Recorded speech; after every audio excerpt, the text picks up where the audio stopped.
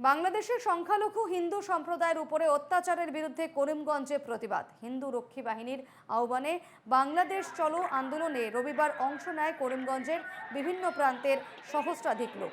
এদিন মাথায় কালো কাপড় বেঁধে হাতে হাতে প্ল্যাকার্ড নিয়ে করিমগঞ্জ কলেজের খেলার ময়দান থেকে প্রতিবাদী মিছিল বের হয়। আমাদের সঙ্গে এই নিয়ে টেলিফোনে রয়েছেন প্রতিনিধি মিষ্টু দত্ত। মিষ্টু, বাংলাদেশের সংখ্যালঘু হিন্দু সম্প্রদায়ের উপর যে অত্যাচার চলেছে তা নিয়ে করিমগঞ্জে প্রতিবাদ চলছে, কি ছবি, কি জানাচ্ছ বিস্তারিত? দেখো, এই যে প্রতিবাদ, এই প্রতিবাদ শুধু যে করিমগঞ্জে সীমাবদ্ধ তা না। আমরা গতকালকে দেখতে পেয়েছিলাম যে রাষ্ট্রসংঘের সম্মুখেও প্রবাসী ভারতীয়রা প্রতিবাদ করেছিলেন, কেননা পার্শ্ববর্তী রাজ্য বাংলাদেশে সংখ্যালঘুদের উপর নির্যাতন হচ্ছে। এবং এই যে নির্যাতন, এটা নতুন কথা নয়। বাংলাদেশে যখনই অশান্ত পরিস্থিতির সৃষ্টি হয়, তখনই বিশেষ করে সংখ্যালঘুদের উপর এমন ধরনের আক্রমণের ঘটনা সংঘটিত হয়। আর এবার যেহেতু পূর্বে প্রধানমন্ত্রী শেখ হাসিনা যখন পদত্যাগ করেন, তারপরেই আবারও অশান্ত পরিস্থিতির সৃষ্টি হয়।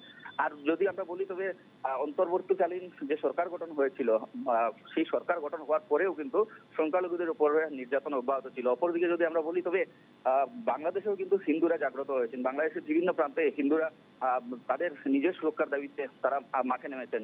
আর আমরা যদি আজকে করিমগঞ্জের কথা বলি, তবে হিন্দু রক্ষী দল তারা তাদের পূর্ব নির্ধারিত সূচি ছিল যে রোববার বেলা 10টার সময় করিমগঞ্জ কলেজের খেলার মাঠ থেকে বাংলাদেশ চলো আন্দোলন তারা করবে, কিন্তু সেটা তাদের যে উদ্দেশ্য ছিল সেই উদ্দেশ্য বিশেষ করে আজ সফল হয়নি। কেননা করিমগঞ্জ কলেজের খেলার মাঠ থেকে যখনই বৃহৎ সেই প্রতিবাদী র্যালি বের হয়েছিল, তখনই কিন্তু পুলিশ তাদেরকে করিমগঞ্জ কলেজের সম্মুখে প্রথমে বাধা প্রদান করে। এবং সেই সময় আমরা দেখতে পেয়েছিলাম যে প্রতিবাদকারী এবং পুলিশের মধ্যে খণ্ডযুদ্ধ আমরা দেখতে পেয়েছিলাম। ব্যারিকেড দেওয়া হয়েছিল, ব্যারিকেড ভেঙে প্রতিবাদকারীরা সামনের দিকে এগোতে থাকে। তাদের উদ্দেশ্য ছিল যে সুতারকান্দি, কিন্তু তারপরে ব্রিজ রোডের সামনে তাদেরকে পুলিশ আটকাতে সক্ষম হয়েছে এবং সেখানেও এক প্রকার উত্তাল পরিস্থিতির সৃষ্টি হয়।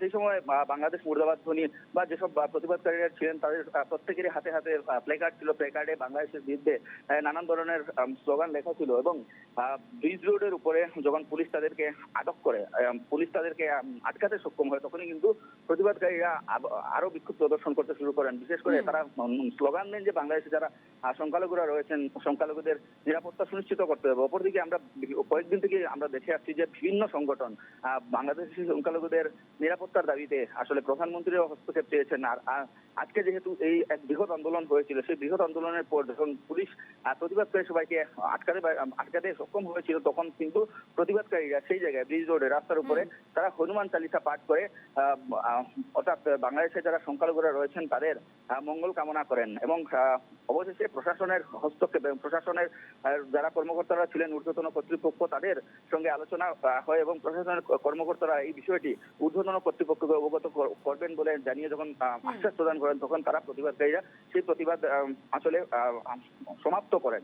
অপরদিকে এই প্রতিবাদে আমরা দেখতে পেয়েছিলাম যে করিমগঞ্জ জেলার বিভিন্ন প্রান্ত থেকে পুরুষ, মহিলা, সমান্তরাল ভাবে যুবক যুবতীরা এসে আসলে জড়ো হয়েছিলেন। এমনকি তারা বৃষ্টি উপেক্ষা করেও আজকে আমরা দেখতে পেয়েছিলাম যে তারা বিক্ষোভ প্রদর্শন করছে।